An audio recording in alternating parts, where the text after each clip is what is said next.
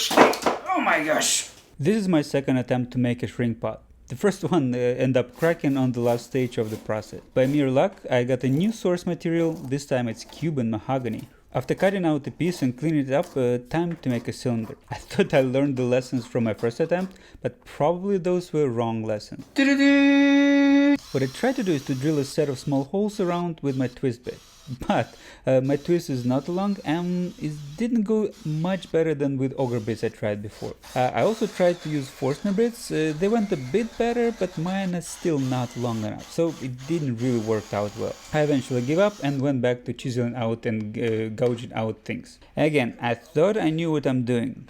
Or at least I learned what I'm doing. Apparently not. First, somehow I managed to chip out the edge of my only gouge.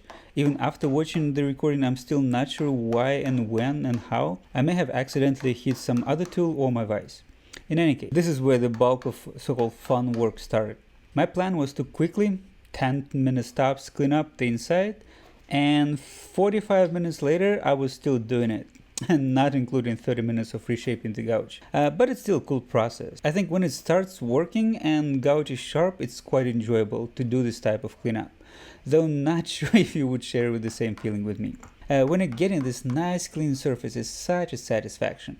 But all satisfaction ends at some point. Before starting the final stage, I did one thing that I didn't do with my first attempt. I cleaned up the gouge ridges on the bottom side. This way, at least I thought so, the bottom contour should be regular and easier to fit. Though before I still need to make a groove for the bottom, and I used again a marking gouge, knife and a little bit of a small V-tool I have on hand. Not too perfect, but there's nothing really perfect in this project. Afterwards, I quickly transferred the shape of the bottom to a board, cut it with my coping saw and made a chamfer on both sides this time, before attempting to fit. Now, that was a huge surprise now. Whatever I was cut was way undersized, even though I cut it above the line. I honestly not sure how it happened. Either my pencil skills are completely off or something. I'm still puzzled. So basically, after I put the bottom inside, it's really loose. It still fits in there, so it holds inside, but it will take some time to shrink.